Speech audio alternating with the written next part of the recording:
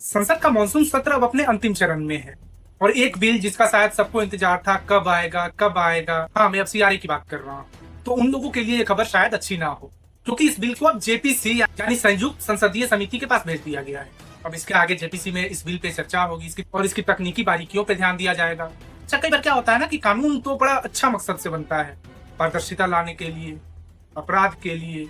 लेकिन उसके चक्कर में जो लोकल स्तर के हैं, ग्राउंड लेवल के लोग हैं, वो बिना अपराध के इसके आड़ में आ जाते हैं और परेशान होते हैं। तो अगर संसद में इसी बात को लेकर अच्छे से चर्चा हो जाता, इसकी तकनीकी बारीकियों पे कहाँ कमी है, कहाँ अच्छे मकसद से लाए गए कानून से जो अच्छे लोग हैं उन्हें भी परेशानी आ सकती है, अगर इन सभी चीजों को लेकर चर्चा हो जाती तो शायद आपको ये बिल इसी सत्र में पास होता मिल जाता।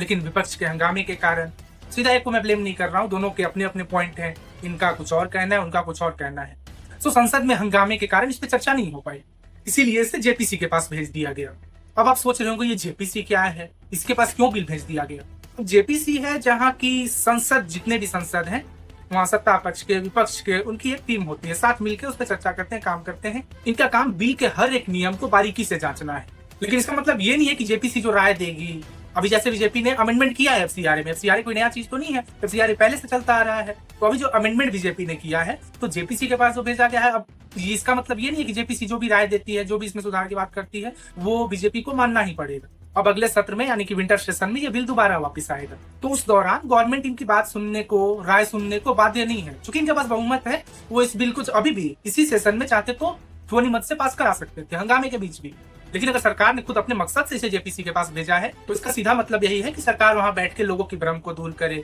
उसके बाद ये वापस चर्चा के लिए आए, ताकि विपक्ष जो भ्रम फैला रहा है उसे शांत किया जा सके। खैर, आप क्या सोचते हैं इसके बारे में कमेंट बॉक्स में अपनी राय जरूर दीजिएगा और वीडियो अच्छा लगे तो सब्सक्राइब करना मत भूलिएगा।